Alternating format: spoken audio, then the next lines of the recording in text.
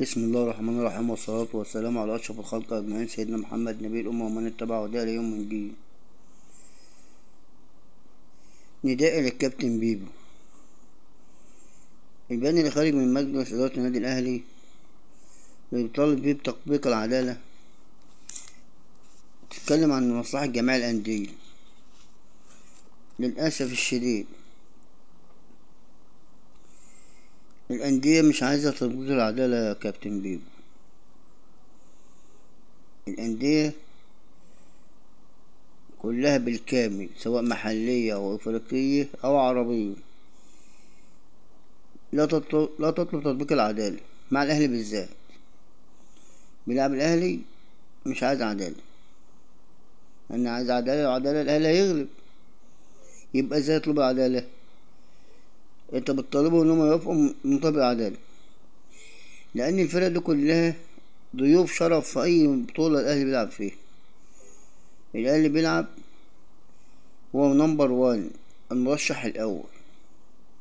يعني شوف الأهلي بيلعب مثلا في بطولة الدوري، الأهلي بيلعب على ايه؟ للحفاظ على الدرع الموسم الماضي والذي قبله. يعني بيلعب للاحتفاظ بالدرع أو الاحتفاظ بالبطولة. غيره بيلعب للحصول على البطولة، للفوز بها. انما انت الاهلي بيلعب للاحتفاظ بها، يعني الدرع عنده. يعني في فرق كبير جدا. يعني الفرق كلها بلا استثناء لن تفوز في تطبيق العدالة، لن تفوز في وجود الاهلي. لازم عدم تطبيق العدالة عشان يفوزوا على الاهلي.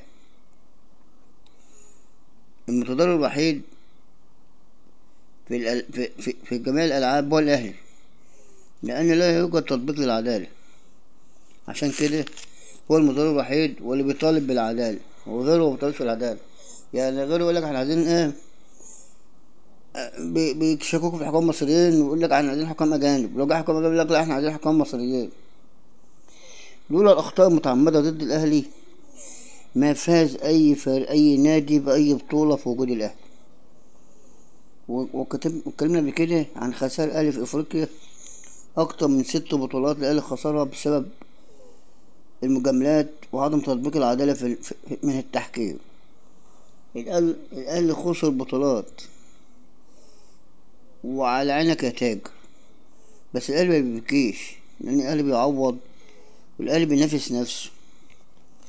وجماهير الغفيرة